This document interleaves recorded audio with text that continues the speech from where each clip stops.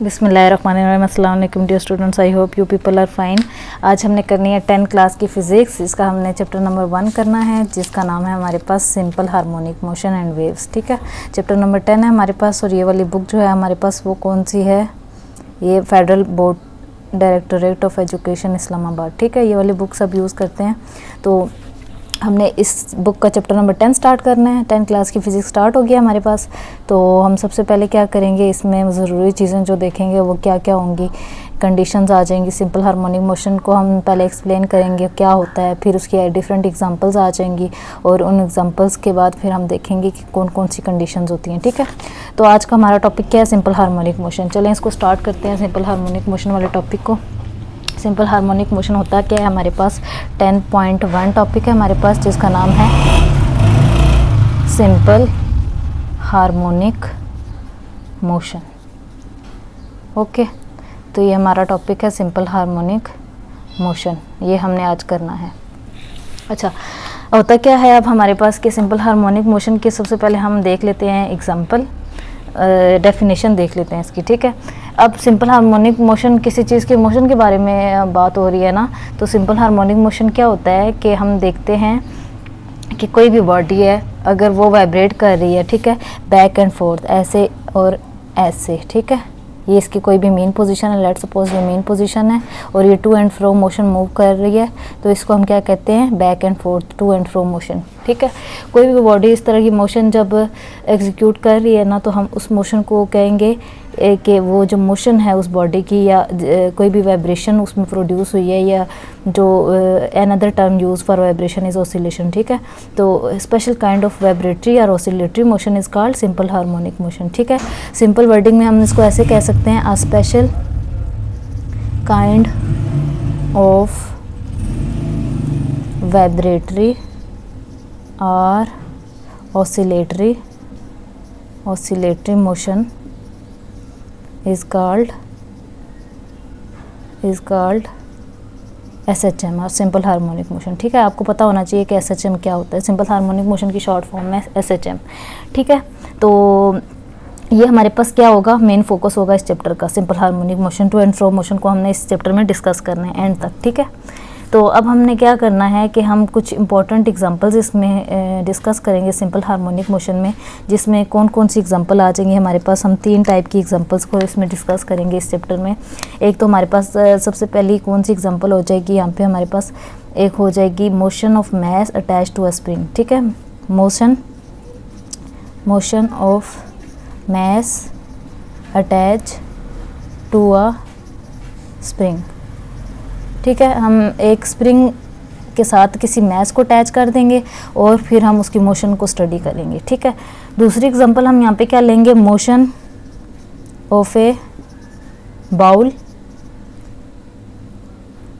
Motion of ball in a bowl. Okay, ball placed in a bowl, किसी bowl के अंदर हम एक बाल को रख देंगे और फिर उसको थोड़ा पुश करेंगे तो उसकी मूवमेंट को चेक करेंगे। ठीक है, किस टाइप की मोशन होती है, उस मोशन को स्टडी करेंगे। तीसरी एग्जांपल हम क्या देखेंगे, motion of a bob attach to a string. ठीक है, ये सारी जो एग्जांपल्स हैं, ये तीनों एग्जांपल बहुत इंपॉर्टेंट है, और ये हमारे पास क्या करती है, ये तीनों जो हैं फॉलो करती हैं SHM को। ठीक है, ये सारी SHM की एग्जांपल्स हैं तीनों। इनको हम डिटेल में डिस्कस करेंगे, पहले वाले को भी, दूसरे वाले को भी, तीसरे वाले को भी, और इनकी डेरिवेशन देखेंगे, डायग्राम के साथ हम देखेंगे कि किस तरह से उसकी मोशन हो रही है। तो आज का हमारा जो टॉपिक होगा वो क्या होगा, motion of mass attach to a spring. Okay, तो इसको हम स्टार्ट करते हैं अब।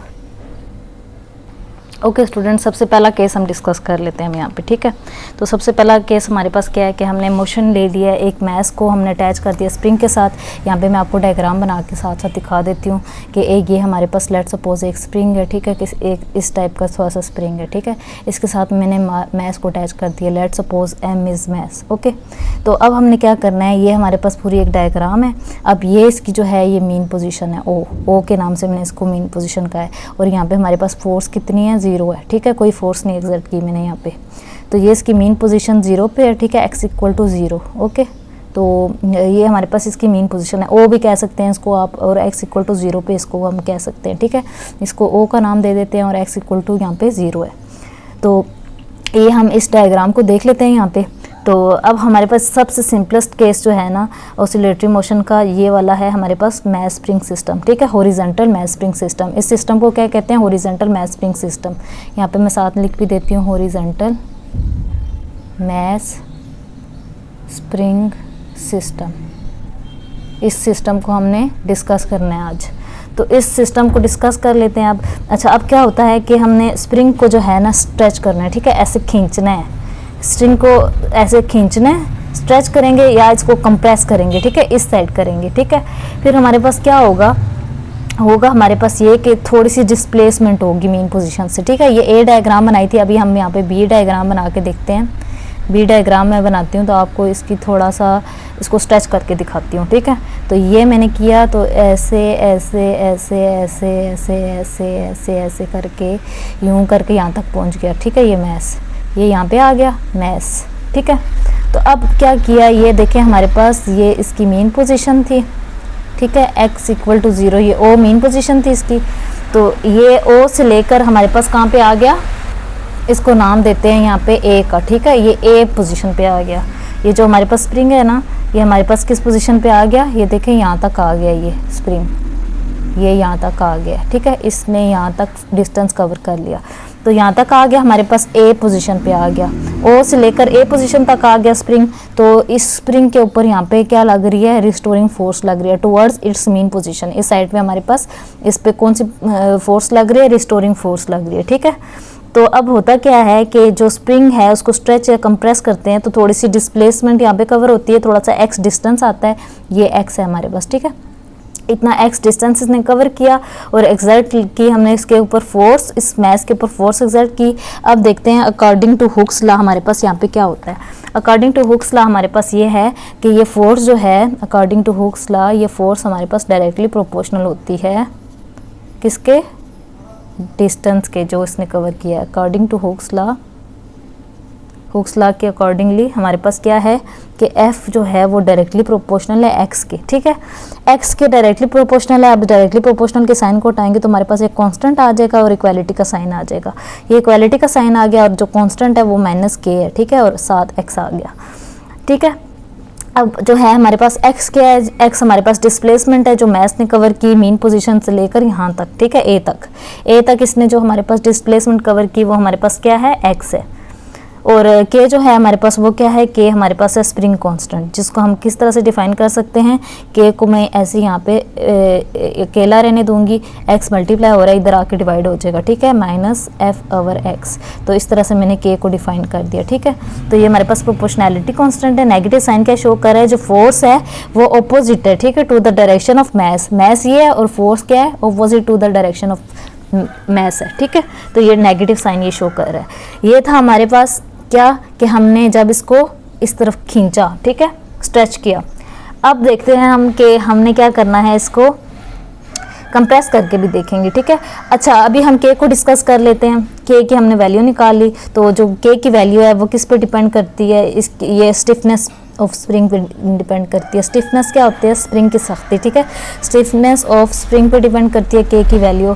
जितना स्टिफ होगा स्प्रिंग उसकी इतनी लार्जर वैल्यू होगी, ठीक है। स्टिफनेस जितनी ज़्यादा होगी उतनी k की वैल्यू ज़्यादा होगी, ठीक है। तो ये चीज़ होगी हमारे पास। और जितना सॉफ्ट होगा हमारे पास उतनी k की वैल्यू कम होगी, ठीक है। मतलब सॉफ्ट क्या होता है हमारे पास, जितना ज़्यादा सॉफ्ट होगा उतनी k की वैल्यू कम होगी। मतलब स्टिफनेस जितनी कम होगी उतनी k की वैल्यू हमारे पास कम होगी, ठीक है। अच्छा, अब हमने k को भी डिस्कस कर लिया। अब हमने क्या करना है, अब हमने देखनी है कि एक्सेलरेशन जो है मैस की, जो मैस अटैच है स्प्रिंग के साथ, वो किस तरह डिपेंड करती है। वो होती है हमारे पास जी डायरेक्टली प्रोपोर्शनल होती है मैस और एक्सेलरेशन के फोर्स, ठीक है। फोर्स मैस और एक्सेलरेशन के डायरेक्टली प्रोपोर्शनल है।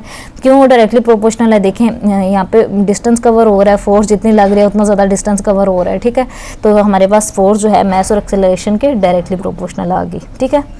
तो अब क्या करना है, हमने यहाँ से फोर्स की वैल्यू पुट कर देनी है। इस इक्वेशन में इसको स्टार का नाम दे देते हैं, तो k इक्वल आ जाएगा -ma/x, ठीक है। ये k की वैल्यू निकल आई यहाँ से। ए किसके इक्वल आ गया, ए इक्वल आ गया माइनस के ओवर एम इंटू एक्स के। ठीक है, इससे क्या पता चल रहा है, ए डायरेक्टली प्रोपोर्शनल है माइनस एक्स के। ठीक है, तो ये हमने देख लिया कि जितनी ज़्यादा एक्सेलरेशन होगी उतना जो है एक्स नेगेटिव डायरेक्शन में जो है इंक्रीज करेगा। ठीक है, ऑपोजिट टू द एक्सेलरेशन।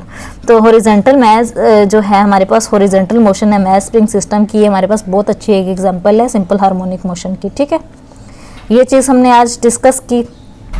अब रिस्टोरिंग फोर्स इस तरफ है। अब देखते हैं जब हम क्या करेंगे, सिंपल हार्मोनिक मोशन के इसी डायग्राम को थोड़ा सा डिस्कस कर लेते हैं। और ये हमने ए का नाम दिया इसको बी का नाम दिया। अब सी वाले पार्ट को हम थोड़ा सा देख लेते हैं। नेगेटिव साइन हमारे पास किस चीज़ को शो कर रहा था कि जो फोर्स है वो always directed opposite to the displacement of the mass है। ठीक है, कि स्प्रिंग जो रिस्टोरिंग फोर्स होती है ना, या तो वो तो पुश करती है या पुल करती है। ठीक है, हमारे पास किसी भी ऑब्जेक्ट को, तो are restoring force always push और pull the object performing oscillatory motion towards the mean position. तो ये हमने देखे, हमने सिंपल हार्मोनिक मोशन पढ़ लिया ना, या to and fro motion move करती है, या इधर को आएगी या इधर को आएगी। ठीक है, अब मैं आपको ये दोनों डायग्राम थोड़ी सी डिस्कस करने लगी हूँ कि होता क्या है। हमारे पास मैस जो है इनिशियली रेस्ट पे, ठीक है, इनिशियली रेस्ट पे, इस पर कोई रिजल्टेंट फोर्स एक्ट नहीं कर रही, जो मैस है वो हमारे पास ज़ीरो है। ठीक है, अब हमने क्या करना है, सपोज करना है कि मैस को मैं थोड़ा सा स्ट्रेच करूँगी, एक्सट्रीम पोजीशन पे लेके जाऊँगी ए पे। ठीक है, ए पे जब मैं लेके गई फिर मैंने उसको रिलीज़ कर देना, छोड़ देना इसी तरह। ठीक है, जब मैं इसको छोड़ दूँगी मैस ऐसे छूटेगा तो वो अपनी मीन पोजीशन पे दोबारा आएगा और थोड़ा सा पीछे भी जाएगा। क्यों पीछे जाएगा? Due to restoring force. तो थोड़ा सा पीछे जब जाएगा तो हम यहाँ पे इसके डायग्राम बना के देख लेते हैं कि पीछे जाएगा तो इस पर क्या फ़र्क पड़ेगा। तो इस तरह से हमारे पास ये है मैस और ये है हमारे पास स्ट्रिंग। तो रिस्टोरिंग फोर्स की वजह से ये आ गया मैस हमारे पास यहाँ पर। ठीक है, ये मैस आ गया और ये हमारे पास इसकी बन रही है रिस्टोरिंग फोर्स। ठीक है, तो ये थोड़ा सा स्ट्रेच हो गया ना हमारे पास, इस तरह से स्ट्रेच हो के ये आ गया मैस। ठीक है, ये मैस आ गया। अब ये इस साइड पे ये इसकी ये मीन पोजीशन थी, एक्सट्रीम पोजीशन थी, और ये भी दूसरी एक्सट्रीम पोजीशन थी। तो इसको मैंने बी का नाम दे दिया। तो ये एक्स नेगेटिव एक्स है और ये टुवर्ड्स पॉजिटिव एक्स है। ठीक है, ये इसने डिस्टेंस कवर किया और ये बैकवर्ड डिस्टेंस कवर किया। अब हमारे पास क्या हुआ, जब मैंने इसको रिलीज़ किया था तो वो ये इस तरह से पीछे आया था, मेन पोजीशन से लेकर फिर और पीछे आया था। टू एंड फ्रो मोशन हो गया हमारे पास यहाँ पे मैस की। तो ये चीज़ हमने देखी सिंपल हार्मोनिक मोशन में कि हमारे पास क्या होता है, रिस्टोरिंग फोर्स जो है जो एग्जर्ट करती है स्प्रिंग पे, हम एग्जर्ट करवाते हैं रिस्टोरिंग फोर्स। कोई भी फोर्स देते हैं तो उसमें वो हम जब इसको छोड़ते हैं तो उसके अंदर एक रिस्टोरिंग फोर्स होती है जो कि जिसकी वजह से वो बैकवर्ड मूव करता है। ठीक है, मैस मेन पोजीशन पे आएगा, फिर मेन पोजीशन से वापस बैक जाएगा। ठीक है, टुवर्ड मेन पोजीशन, और फिर उसके बाद बैक टुवर्ड द बैकवर्ड में मूव करेगा। अब जो उसने मैस गेन किया है स्पीड की वजह से, ठीक है, टुवर्ड्स मेन पोजीशन, और उसकी स्पीड जो है मैक्सिमम हो गई है ओ पे। यहाँ पे ओ पे मैक्सिमम थी ना, यहाँ पे ज़्यादा से ज़्यादा स्पीड हो गया, आहिस्ता आहिस्ता ये कम होता जाएगा, लेकिन ओ पे हमारे पास मेन पोजीशन पे मैक्सिमम रहेगी स्पीड।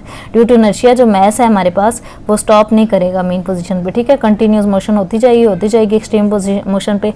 तो इनिशियली वो फिर हमारे पास एट रेस्ट पे आ जाएगा। ठीक है, तो मैस मूव कर रहा है from main position to extreme position इस तरह से हमारे पास, और रिस्टोरिंग फोर्स की वजह से तो मेन पोजीशन पे आएगा, फिर दोबारा एक्सट्रीम पे जाएगा, फिर मेन पे आएगा, फिर एक्सट्रीम पे जाएगा। तो इस तरह से हमारे पास जो है मैस डिक्रीज कर लेगा अपनी मूवमेंट को, और हमारे पास जो है एक्सट्रीम मोशन पे बी पे जाके फिर एकदम से मैस फाइनली रेस्ट पे आ जाएगा। ठीक है, फाइनली रेस्ट पे आ जाएगा। ये सी डायग्राम में हमारे पास मैस फाइनली रेस्ट पे आ गया। तो मैस जब हमारे पास मेन पोजीशन पे यहाँ पे रुकेगा तो ये रिस्टोरिंग फोर्स की वजह से वापस अपनी मेन पोजीशन पे आ जाएगा। ये जो प्रोसेस है ये इसी तरह रिपीट होता रहेगा, और जो मैस है वो हमारे पास क्या करेगा, कंटिन्यूसली ऑसिलेट करता रहेगा back and forth about the main position. इस टाइप की मोशन को हम क्या कहते हैं, mass attach to spring in a horizontal frictionless surface. ये फ्रिक्शनलेस सरफेस थी। ठीक है, इस पर कोई फ्रिक्शन नहीं थी, हॉरिजॉन्टली कोई फ्रिक्शन नहीं थी। इस टाइप के मोशन को हम क्या कहते हैं, सिंपल हार्मोनिक मोशन। अच्छा, अब अगर मैं टाइम पीरियड फाइंड करना चाहती हूँ, ठीक है, मैस अटैच टू स्प्रिंग के लिए अगर टाइम पीरियड फाइंड करना चाहती हूँ सिंपल हार्मोनिक मोशन के लिए, तो मैं क्या करूँगी, फार्मूला यूज़ करूँगी। द टाइम पीरियड का फार्मूला क्या होता है हमारे पास, the time period of capital T को टाइम पीरियड कहते हैं। ठीक है, of simple harmonic motion SHM, the time period of SHM of a mass m attached to a spring, उसको हम is given by the given formula। ठीक है, तो T equal to 2 pi under the root m over k, जो m है वो mass attach to the spring, k spring constant है और पाई हमारे पास कांस्टेंट होता है जिसकी वैल्यू 3.14 होती है और 2 हमारे पास मल्टीप्लाई हो रहा है, तो ये टाइम पीरियड की हमारे पास वैल्यू आ गई। ठीक है, इस तरह से हम इसका जो मैस अटैच होगा स्प्रिंग के साथ, इसका हम मैस अननोन मैस फाइंड कर सकते हैं या हम इसका टाइम पीरियड फाइंड कर सकते हैं, ये दोनों चीज़ें फाइंड कर सकते हैं। ठीक है, ये था हमारा आज का टॉपिक। आई होप आप लोगों को समझ आई होगी। एक और चीज़ हम यहाँ पर डिस्कस कर लेते हैं, वो हमारे पास कौन सा केस है।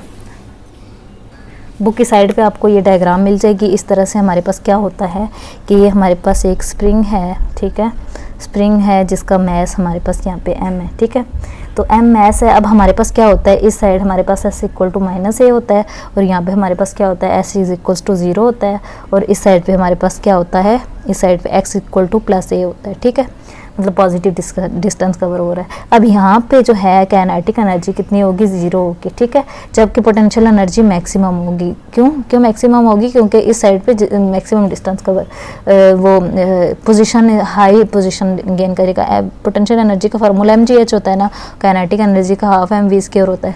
तो अब हमारे पास यहाँ पे मेन पोजीशन पे काइनेटिक एनर्जी मैक्सिमम होगी। ठीक है, और पोटेंशियल एनर्जी 0 होगी और यहाँ पे काइनेटिक एनर्जी 0 होगी और जो है हमारे पास पोटेंशियल एनर्जी मैक्सिमम होगी। ये था। तो आई होप काइनेटिक एनर्जी और पोटेंशियल एनर्जी डिफरेंट पोजीशंस पे मैस स्प्रिंग सिस्टम के लिए आपको समझ आ गई होंगी। यहाँ पे मैक्सिमम इसलिए होगी क्योंकि मेन पोजीशन पे मैक्सिमम ही होती है। यहाँ पे स्लोली डिक्रीज होना शुरू हो जाती है काइनेटिक एनर्जी, इसलिए यहाँ पे भी 0 होती है, यहाँ पे भी 0 होती है और मैक्सिमम पोजीशन गेन कर लेती है, इसलिए यहाँ पे पोजीशन मैक्सिमम होती है और यहाँ पे मैक्सिमम होती है, जबकि यहाँ पे मेन पोजीशन पे 0 होती है। ये था हमारा आज का लेक्चर। नेक्स्ट लेक्चर में हम इंशाल्लाह डिस्कस करेंगे बॉल एंड बाउल सिस्टम और फिर उसको देखेंगे। तो इससे रिलेटेड जो न्यूमेरिकल हैं वो भी आप लोगों से हो जाएंगे। मैं न्यूमेरिकल ऑलरेडी अपलोड कर चुकी हूँ, तो वो आपको डिस्क्रिप्शन में लिंक मिल जाएगा। तो अगर आप लोगों को चीज़ें ईजी लग रही है अपने बाकी फ्रेंड्स के साथ भी शेयर कीजिएगा। जज़ाकल्लाह।